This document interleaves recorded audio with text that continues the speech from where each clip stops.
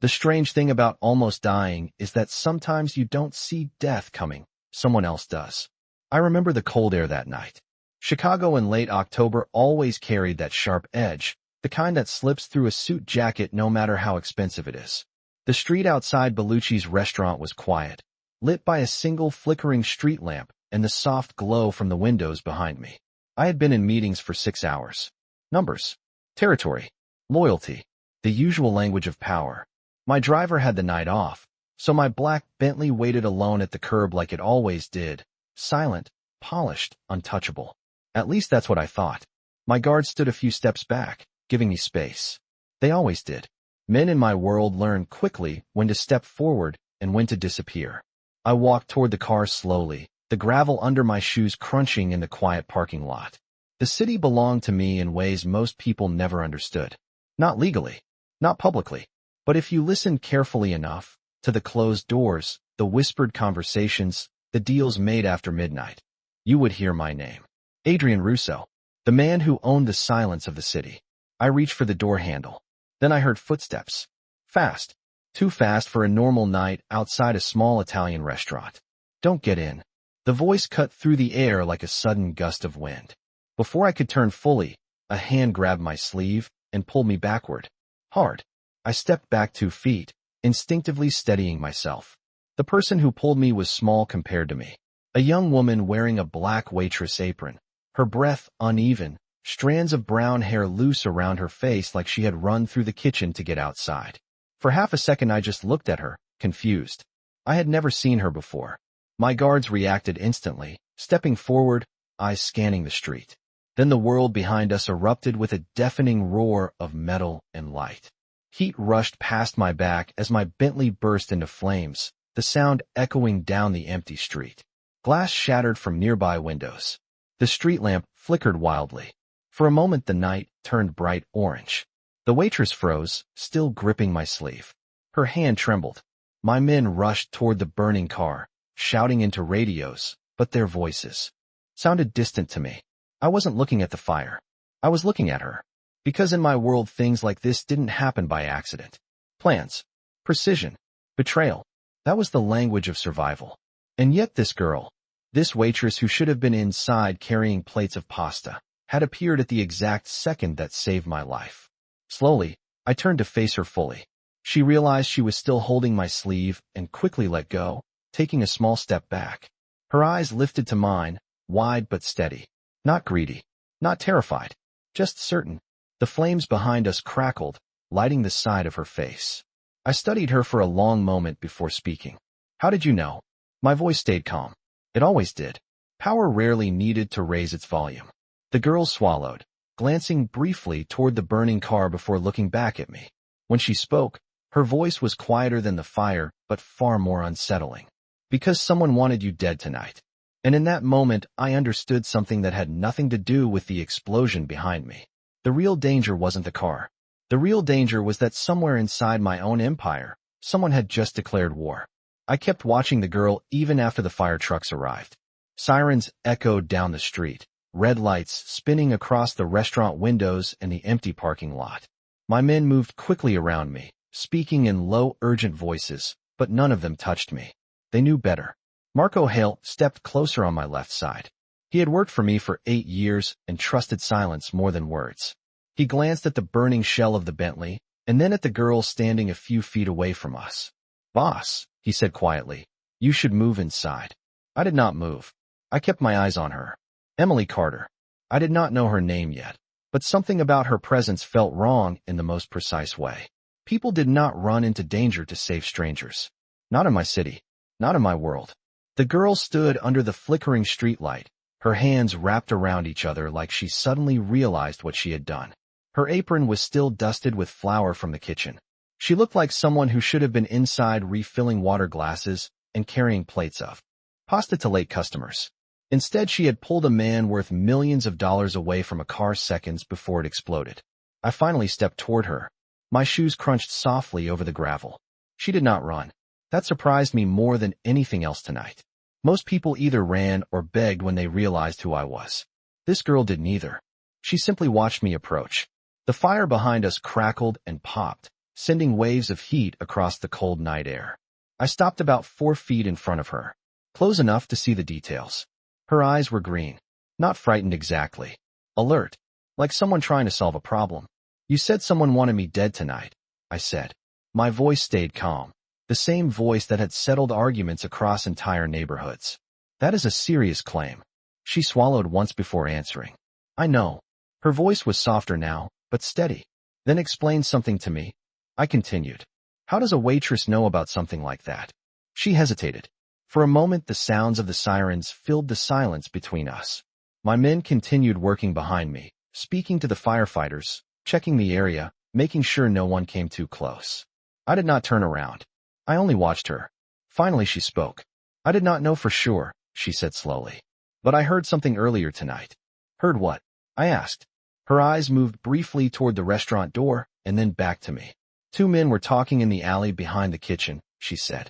They did not see me. They mentioned your name. They said the car would take care of the rest. Marco shifted slightly beside me, but I lifted my hand just enough to stop him from speaking. My attention stayed on the girl. And you believe them?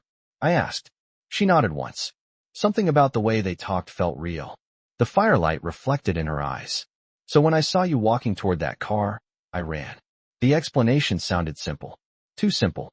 In my world, information moved through carefully controlled channels. Random conversations in dark alleys did not reach waitresses. Unless something else was happening. Unless someone inside my organization had made a mistake. I studied her for another long moment before asking the question that mattered most. Did you see their faces? Emily Carter shook her head. Slowly. No. But I remember one thing. The wind shifted, carrying smoke across the parking lot. Her voice dropped almost to a whisper. One of them said the plan came from someone very close to you. And that was the moment the night became far more dangerous than the burning car behind us. I did not answer her immediately. The smoke drifted slowly across the parking lot, while the flashing red lights painted the pavement in restless waves. Somewhere behind me, firefighters continued their work, spraying water over the burning frame of what used to be my car. But my attention stayed locked on Emily Carter. Someone close to me. Those words repeated quietly in my mind like a slow ticking clock. In my world, loyalty was currency. You earned it carefully. You protected it even more carefully. But betrayal had a way of growing in the shadows where trust lived the longest. Marco stepped closer again, his voice low enough that only I could hear it. We should leave, Adrian. This place is no longer secure. I nodded once, but did not move yet. Instead, I kept watching the girl in front of me. She looked like she wanted to step back into the safety of the restaurant, back into the ordinary life she had before tonight. But ordinary lives do not pull powerful men away from explosions. And they definitely do not overhear conversations about carefully planned attacks. Emily Carter, I said slowly. She blinked, surprised that I knew her name. I had glanced at the name stitched onto the small tag on her apron. Details mattered. Yes, she said quietly. Emily Carter. I studied her face again. No sign of arrogance. No sign of calculation. Just a young woman standing in cold night air, realizing that the world she had stepped into did not belong to her. You understand something, Emily, I said. After tonight, you cannot simply return to normal life. Her brow tightened slightly. I did not ask to be involved, she replied. Her voice was still respectful, but there was a firmness inside it that caught my attention. Most people would have apologized. She did not. She simply stated the truth. I found that interesting. No, I agreed. You did not. I glanced briefly toward the burned vehicle across the lot. Water hissed softly against the metal while steam rose into the night. But you are involved now. Emily followed my gaze toward the car and then back to me. Because I tried to help? She asked. Because someone saw you help, I answered. If those men were watching, they know you interfered. The realization settled slowly across her face. Her fingers tightened together in front of her apron. You think they will come after me? I do not think, I said quietly. I know how people like that operate. Marco shifted beside me again, scanning the street. A few late customers stood near the restaurant entrance, whispering nervously, while police lights reflected across their cars. The night had turned from quiet to watchful. I returned my attention to Emily. Tell me everything you remember about that conversation in the alley, I said. Every word. Every sound. She took a slow breath, thinking carefully. They were arguing at first, she said. One man sounded impatient. The other kept saying the timing had to be perfect. He said the boss always walked to the car alone after meetings. Marco and I exchanged a brief glance. That detail was not public knowledge. Very few people knew that habit of mine. Emily continued, unaware of the silent weight those words carried. Then one of them said something strange, she added. He said after tonight the empire would finally belong to someone who deserved it. The cold wind moved through the empty parking lot, carrying the last thin trail of smoke past us.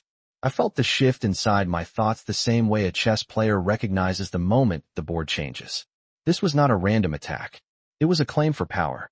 And the most dangerous part of it was that Emily Carter had heard the beginning of a plan that was never meant to reach outside my inner circle.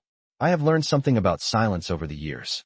Silence tells you who is thinking and who is hiding. That night the silence around Emily Carter told me she was neither. She was simply trying to remember. The wind pushed the smoke farther down the street, while the flashing lights slowly faded as the firefighters finished their work. The burned frame of the Bentley sat in the parking lot, like a black shadow of what had almost been the end of my life. Emily looked at the ground for a moment, thinking carefully about every detail. I watched her the way a chess player studies a board before the next move. People reveal truth in the small things, in the way they breathe, in the way their eyes move when they search their memory. Emily did not look like someone inventing a story. She looked like someone who wished she had never heard that conversation at all. The man who sounded impatient, she continued slowly, kept asking if everything was ready. The other one said the car was already prepared. Marco shifted beside me again, his voice low. Prepared. I nodded slightly. That word carried a meaning neither Emily nor the people watching from the restaurant doorway could fully understand. Preparation meant planning. Planning meant time. And time meant someone inside my circle had allowed this to happen. Emily looked up again. Then they mentioned the meeting you were having tonight, she said. They said once you left the restaurant, everything would fall into place.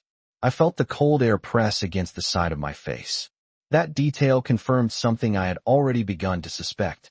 Only a handful of men knew I would be at Bellucci's tonight. Those men were not strangers in dark alleys. Those men were seated at my table earlier this evening. I folded my hands behind my back and slowly turned my gaze toward the quiet restaurant entrance. Through the glass I could see the soft yellow lights inside, and a few curious faces watching us. Ordinary people witnessing something far beyond their normal lives. Then I looked back at Emily. You said they argued, I said. What about? She hesitated again. Her eyes moved briefly toward Marco, and then back to me. The impatient one said the plan was risky, she answered.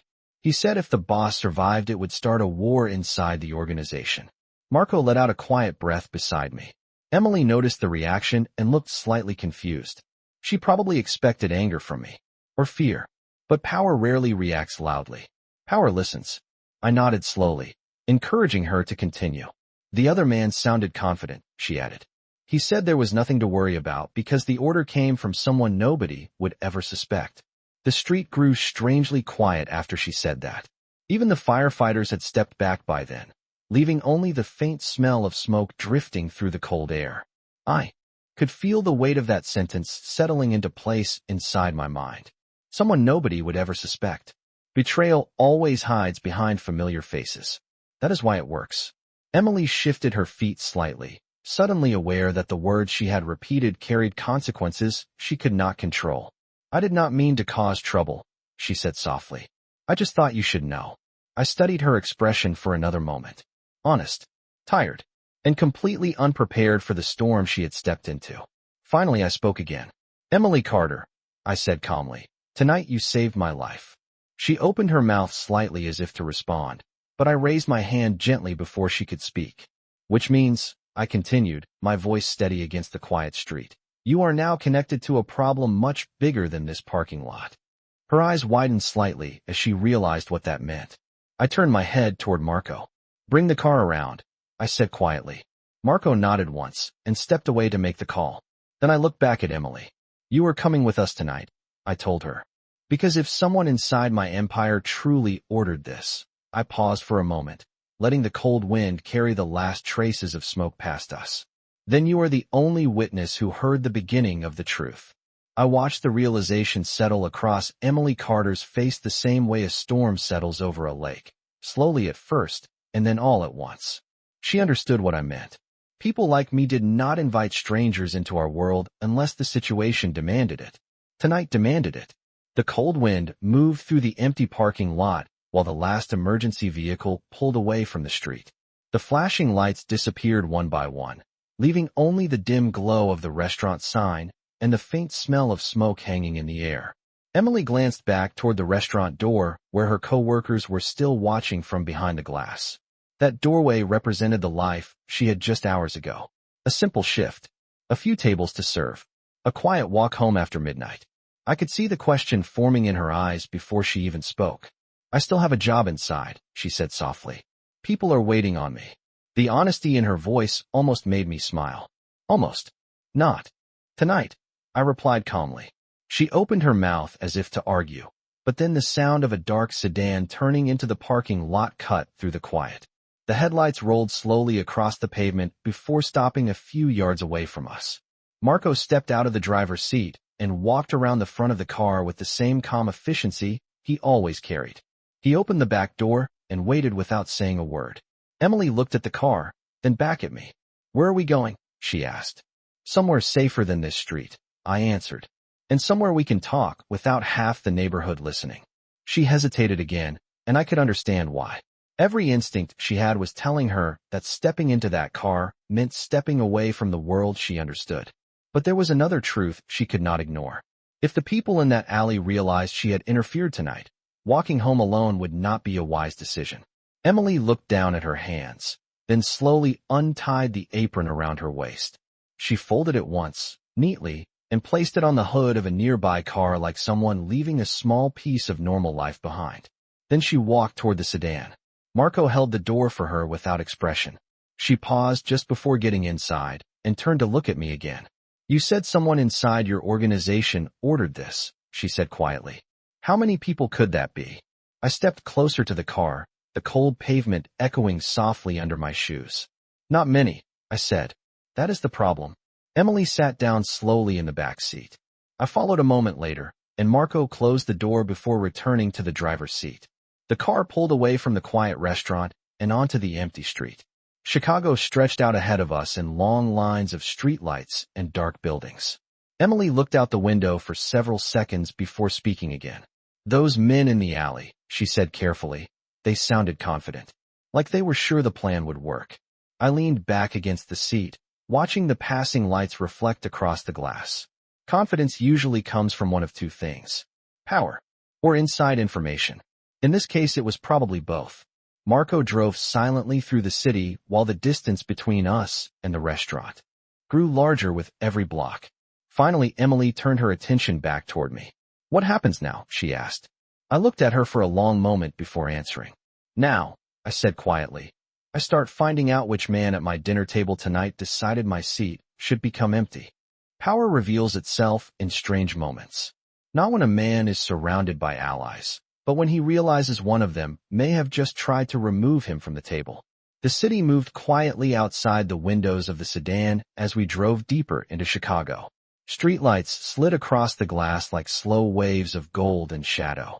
Emily Carter sat beside me in the back seat, her posture straight but tense, as if she was trying to understand how her life had shifted so quickly in the span of a single night. Marco drove with the calm focus of someone who had spent years navigating danger without speaking about it. The car turned onto Lake Shore Drive, where the dark water stretched beside the road like a silent witness to the city. For a while nobody spoke. Silence can be uncomfortable for people who live ordinary lives. But silence is where men like me think. I replayed the dinner meeting in my mind. The long table, the glasses of red wine, the quiet negotiations about territory and shipping routes. Every man who sat there had earned his place over years of loyalty. Or at least that was what I believed until tonight. Emily finally broke the quiet. How many men were at your meeting? She asked carefully. Her voice carried the same cautious tone someone might use when walking across thin ice. 5, I answered. Including me. She looked down slightly as she processed that number. And you trust them? She asked. I looked out the window at the long line of city lights reflecting across the lake. Trust is a complicated word in my world. It does not mean friendship. It means stability, predictability. The belief that every man understands the consequences of breaking the structure that keeps power balanced. Until tonight, I said slowly, I believe they all understood the value of loyalty. Emily folded her hands together in her lap. I could see the gears turning in her mind. She was trying to make sense of something that people outside my world rarely see. Power is not built by strength alone. It is built by agreement. And the moment one person decides to rewrite that agreement, everything begins to shift. The sedan exited the main road and moved into a quieter neighborhood where the buildings grew taller and the streets grew calmer. Emily glanced around the unfamiliar area. Where are we going? She asked again. My office, I replied. It is the one place in the city where every conversation can remain private. Marco turned the car into an underground garage beneath a tall building made of dark glass and steel. The headlights swept across smooth concrete walls before the engine came to a quiet stop. For a moment, none of us moved. Emily looked at the garage around us, the security cameras mounted along the ceiling, the controlled stillness of a place designed to protect important conversations. She turned slightly toward me. What if the person behind this is someone very close to you? She asked quietly. I met her eyes without hesitation. Then tonight becomes the most important conversation of my life. Marco stepped out of the car and opened my door first, then Emily's. The cool air inside the garage felt different from the cold street outside. Controlled. Still. Emily stepped onto the concrete floor and looked up at the tall elevator doors across the garage. She had just crossed another invisible line. Once you enter rooms where power is discussed, you rarely leave unchanged. I walked beside her toward the elevator, my footsteps echoing softly in the empty space. When the doors opened and we stepped inside, the mirrored walls reflected the three of us in silence. Marco pressed the top floor button. The elevator began to rise smoothly through the building. Emily watched the numbers climb one by one. Then she spoke again, her voice almost a whisper. What if the person who ordered this believes you will never suspect them? I looked at the reflection of the city slowly appearing behind us through the glass wall of the elevator. Then I answered with the calm certainty that had built my empire. That is exactly why they will eventually make a mistake. The higher you rise in a city like Chicago, the quieter the air becomes. The elevator moved smoothly toward the top floor, the numbers lighting up one after another, while the city skyline slowly appeared behind a glass wall. Emily Carter stood beside me, watching the lights outside as if she had never seen the city from this height before.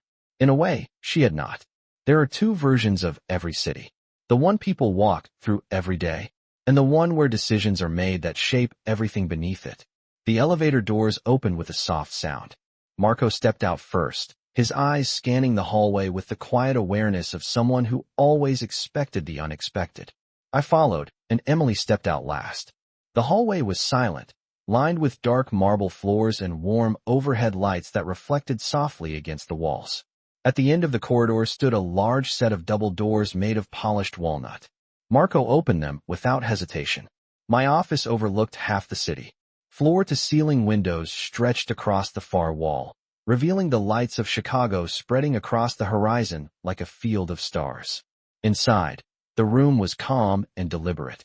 A long wooden desk, two leather chairs facing it, shelves filled with records and ledgers that documented years of decisions most people would never know existed. Emily stepped inside slowly, taking in the room with careful eyes. People often expected something different when they entered spaces connected to power. Something louder, something more dramatic. But true power rarely advertises itself. It simply waits. I walked to the windows and looked out at the city below while Marco closed the doors behind us. Sit, I said calmly, gesturing toward the chairs in front of the desk. Emily hesitated for a moment before sitting down. Marco remained standing near the door, his posture relaxed but attentive. I turned back toward Emily. Tonight you heard two men discussing something that should never have reached your ears, I said. So now we need to understand exactly what you remember. She nodded slowly. I told you most of it already, she replied. They were careful. They did not say names. People always reveal more than they intend, I said, even when they think they are being careful. I walked back toward the desk and leaned lightly against its edge. The city lights reflected softly across the glass behind me. Think about their voices, I continued. Their accents. Their tone. Anything unusual. Emily closed her eyes briefly, replaying the memory in her mind. The room grew quiet except for the faint hum of the building around us. After a moment, she opened her eyes again. One of them sounded older, she said slowly. Not old exactly, but confident, like he was used to giving instructions. Marco shifted slightly at those words. I noticed, but I did not interrupt her. The other one sounded nervous, she continued, like he was worried something might go wrong. She paused again, thinking deeper. Then her expression changed slightly, as if a small detail had finally surfaced in her memory. There was something else, she added. I straightened slightly. What was it? Emily looked directly at me now, the hesitation gone from her voice. The confident one said something about the meeting ending earlier than expected, she said. He sounded annoyed about it. The words settled into the room like a quiet weight. Because only one man at the table tonight had complained when I ended the meeting sooner than planned. Victor Salvatore. Marco and I exchanged a brief look that said everything without a single word. Emily noticed the silence and looked between us. Did I say something important? She asked quietly. I looked back toward the window, watching the city lights far below. Then I answered with calm certainty. You just helped narrow the list to one name. I have learned that betrayal rarely arrives with loud footsteps. It usually walks into the room wearing a familiar face. The name Victor Salvatore settled quietly into my thoughts as I looked out over the city lights below my office window. For nearly 12 years Victor had sat at my table. He had negotiated deals, resolved disputes, and helped expand the network that kept our organization stable across half the city. He was patient, disciplined, and careful with his words. That was exactly why his name carried weight. Marco remained near the door, watching me with the calm attention of someone who had followed my decisions for years. He did not rush to conclusions. Neither did I. Emily Carter sat in the leather chair across the desk, her hands folded tightly in her lap as she tried to read the silence in the room. She knew something important had shifted, even if she did not fully understand what it meant. I turned slowly away from the window and walked back toward the desk. Victor Salvatore, I said quietly. Emily repeated the name under her breath as if testing how it sounded. He is one of the men from your meeting? She asked. I nodded once. One of the most trusted. Marco crossed his arms thoughtfully. He did not like ending the meeting early, he added. He mentioned it twice. Emily looked between us. Why would that matter? She asked. I leaned slightly against the edge of the desk again. Because people who prepare complicated plans do not like unexpected changes, I explained. If someone had arranged something outside the restaurant tonight, timing would have mattered. The realization slowly appeared on her face. So if the meeting ended earlier than expected, she began, then the person waiting for the right moment might have been forced to act quickly. Marco finished. The room fell quiet again. Emily looked down at the floor for a second before lifting her eyes back toward me. But you are not certain it was him, she said carefully. Not yet, I replied. Certainty requires patience. I walked around the desk and opened one of the drawers, removing a thin leather folder. Inside were the meeting notes from earlier that evening. I placed the folder on the desk and flipped it open slowly. 5 names had been written there. My own at the top. Beneath it the men who helped keep the organization balanced. Victor Salvatore was the second name on the list. Emily watched quietly while I studied the page. In a structure like mine, I said, power does not disappear when someone dies. It transfers. Marco nodded slightly. Victor would gain the most influence if you were suddenly gone. Emily looked unsettled by the calm way we discussed it. That was understandable. Most people never hear conversations about power spoken so plainly. She leaned forward slightly. If you suspect him, why not confront him directly? She asked. I closed the folder gently. Because if Victor truly planned this, he will already expect suspicion, I answered. And people expecting suspicion become careful. Marco stepped closer to the desk. Then what do we do? He asked. I looked again at the name written on the page before answering. We wait. Emily frowned slightly. Wait for what? I met her eyes with quiet certainty. For the person who believes the plan failed to reveal their next move. Outside the tall windows, the lights of Chicago continued to glow across the dark horizon. Somewhere out there, Victor Salvatore was likely wondering the same question everyone else in the organization would soon ask. How had Adrian Russo survived tonight? And the moment that question reached him, the real game would begin. Some nights change a man slowly. Others change him in a single moment that refuses to leave his mind. The office was quiet after our conversation ended. Chicago stretched endlessly beyond the glass wall, its lights flickering like a restless ocean of gold and white. Emily Carter sat across from my desk, still trying to understand how a normal evening had carried her into a room where decisions about power were made with calm voices and careful pauses. Marco moved quietly through the office, checking the security monitors mounted near the door. Everything remained calm. Too calm. That was the part one trusted the least. People who fail once rarely disappear. They observe. They adjust. They try again. I closed the leather folder slowly and placed it back inside the desk drawer. Victor Salvatore's name lingered in my thoughts like a question waiting for the right moment to answer itself. Emily shifted slightly in her chair. The silence had grown heavy enough that she finally spoke again. "What happens to me now?" she asked. The question was simple, but the answer carried weight. I looked at her for a moment before responding. "Tonight you saved my life," I said calmly. "That changes things." She looked uncertain about what that meant. I could understand why. Her world measured consequences in missed shifts and late rent payments. My world measured them differently. "The men who plan tonight will eventually realize something went wrong," I continued. "When they do, they will begin asking questions." Emily lowered her eyes slightly. "And they might realize someone heard them." I nodded once. "Exactly." Marco stepped closer to the desk. "Which means she cannot go back to the restaurant tomorrow," he added quietly. Emily looked between us again, the reality settling in deeper now. "That place was never meant to be part of this," she said softly. I walked toward the window again and looked down at the streets far below. Cars moved like slow streams of light through the city. Thousands of people living ordinary lives without realizing how fragile stability could be. "Most people never choose the moment that changes their path," I said. "It simply arrives." Emily stood slowly from the chair and walked a few steps toward the window beside me. For the first time she looked down at the city from this height. Her reflection appeared faintly in the glass beside mine. "I only ran because something felt wrong," she said quietly. "I did not think about consequences." I studied her reflection for a moment. "Sometimes the people who change history are the ones who act before they understand the cost," I replied. Marco's phone vibrated softly in the silence of the office. He glanced down at the screen, then looked up at me with the controlled expression of someone delivering information carefully. "Victor just contacted the office," he said. Emily turned toward him immediately. "What did he say?" Marco placed the phone back in his pocket. "He asked if the reports about the car were true." I looked out at the distant lights again, letting the question settle into the quiet room. Of course Victor would call. Curiosity is the first instinct of a man whose plan may have failed. I turned back toward Marco slowly. "And what did you tell him?" Marco answered with the same calm tone he always used. "I told him the boss survived." The room fell silent again. Somewhere in the city Victor Salvatore had just learned the one piece of information that would force him to reveal his next move. Emily looked at me, uncertainty still visible in her eyes.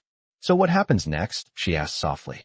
I allowed a small, thoughtful smile to appear for the first time that night.